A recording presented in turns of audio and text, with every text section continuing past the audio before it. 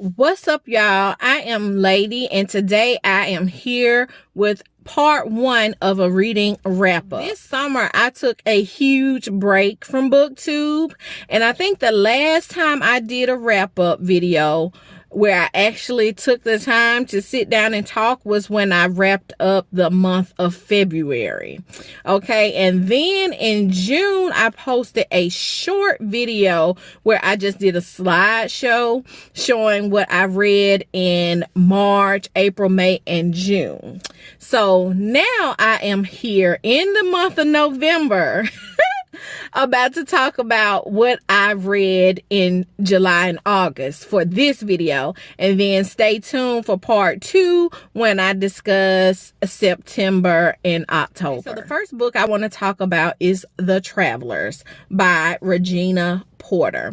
This was a debut novel, and I had seen it at the library and a few other places. It hasn't been mentioned here on BookTube or Bookstagram much, but it was a debut novel, and Miss Regina Porter has a black background in playwriting.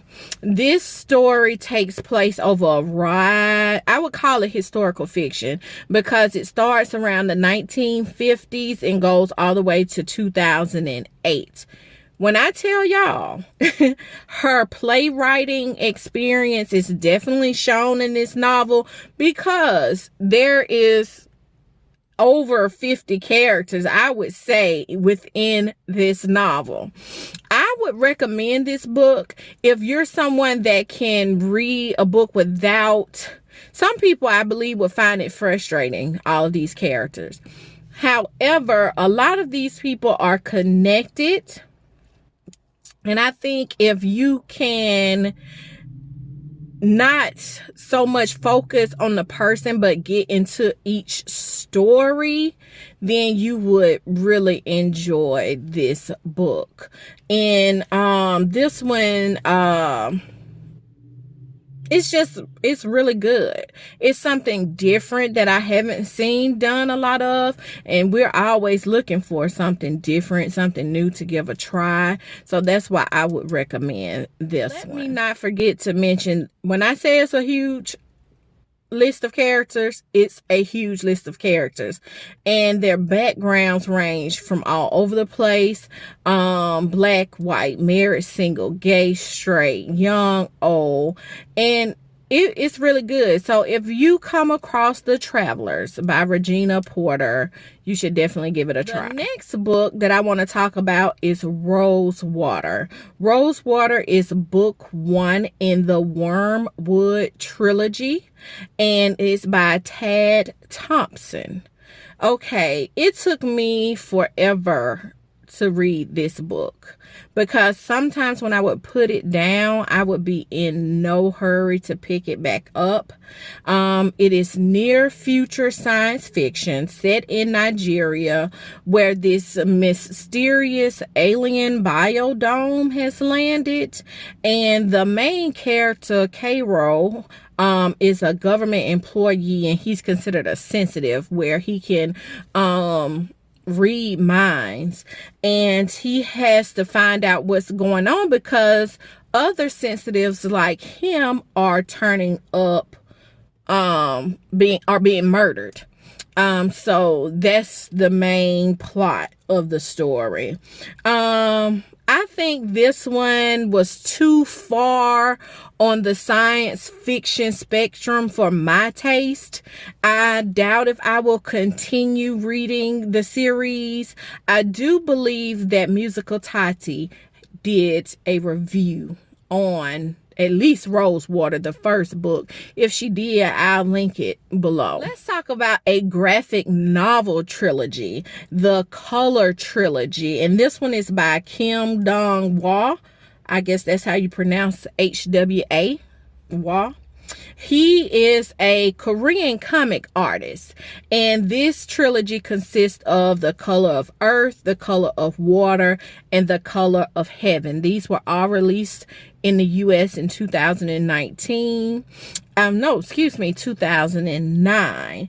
And this is a coming of age story set pre-war in Korea, and he states that he took stories from his mother's life to come up with this story.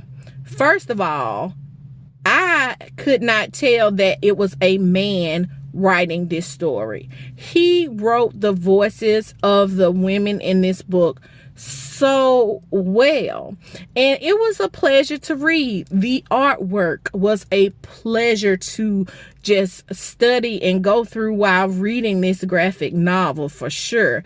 I mean, it's done in black and white, kind of like manga, but it's so pretty. It is so pretty, and it's discussing flowers, comparing like the woman as she blooms, because it starts with the main character when she's like 6 or 7 and learning and exploring things, and as she discusses and talks with her mother about these things.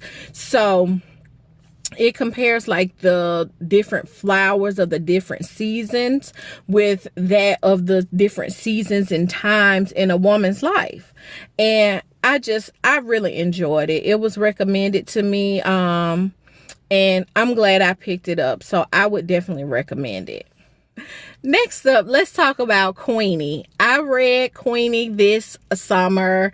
Unless you've been under a rock, you don't know what Queenie is about. It is, I believe, debut novel for Candace Carty Williams. Queenie is a 25-year-old Jamaican British woman living in London. And y'all, Queenie got issues. That's to say the least. Most people who were reading this book always talked about how frustrating they were with Queenie. And understandably so. I get it. And I get what the author was trying to do, but I just think she fell flat. I just think she fell flat. There was nothing funny about this story, nothing entertaining. I felt really bad for Queenie. And there were certain things that I felt the author was just trying to throw in there. And if it could have been done better. It could have been done better. I know a lot of people loved it, but I did not. I did not. And it took me a long time to read it, because after I read like 100 pages, I set it down and I really didn't pick it up till about 2 months later. And I was like, read it so I can, see what everybody's talking about. And y'all, no, it's a no for me. I did finish it and I wouldn't recommend it. Another graphic novel, which was a new release, is They Call Us Enemy. And this one was by George Takei. I hope I'm pronouncing that right. You may be familiar with him from Star Trek, and now, not Star Trek, from Star Trek, I think the first generation. He is the Korean guy in there, and he's well known now on social media. He is an activist for the LGBT community and has a huge social media following. During his childhood, around 5 or 6 years old, when World War II took place and they moved all the Japanese Americans to internment camps, his family was forced out of their home and he lived in 2 different camps. And I really enjoyed this graphic novel. I'm a fan of stories from this time period anyway. When the Emperor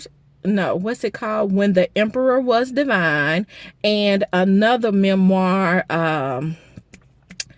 Farewell to Manzanar, are stories that I've read and really found a lot of information, and they were well written stories about this time, another part of American history that gets swept under the rug. I believe him and his family for this graphic novel they were in the camp for like 5 or 6 years. He remembers being really young during this time. But he also talked, one thing interesting that he talked about was how he remember being upset with his parents about being put in the camp to begin with and having to deal with the situation. And coming from his parents' standpoint, I could see how that was difficult. I think that family at that time was just wanting to stay together. They don't know what's going to happen, and they just want their families to be together. And then they really had no control, no say, on what happened to their families. So if you're interested in something from that time period and you like graphic novels, I would definitely recommend this one. They Call Us Enemy. Final book I want to talk about in this video is Dapper Dan, Made in Harlem. This one came out in July of this year, and it is a memoir by Daniel R. Day. If you're not familiar with, say, hip-hop or hip-hop fashion, you may not know who Dapper Dan is, but he is out of Harlem. He is currently like in his mid-70s, and when I tell you he could pass for a man in his 40s, he looks good for his age. He dresses well, hence the name Dapper Dan. And his memoir is so well done. The main things that I took away from it was how he has seen Harlem change. Him being born in the 40s at the tail end of the Renaissance, he said he remembers a time with the families living in the tenement housing in Harlem to, he saw the drugs, the crack epidemic come into place, the start of hip hop and all of those things.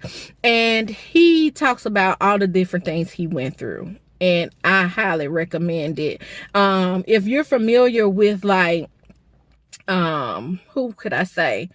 Is it Big Daddy Kane from the early 80s, Salt and Pepper, them in their clothes they wear, he did it. Now the main thing is in the early 80s, he was, I guess, considered bootlegging Gucci and MCM and Louis Vuitton and all of those things, but he was making his own fabrics. He had his own fabric shop. Anyway, he ends up getting braided, and his story comes full circle.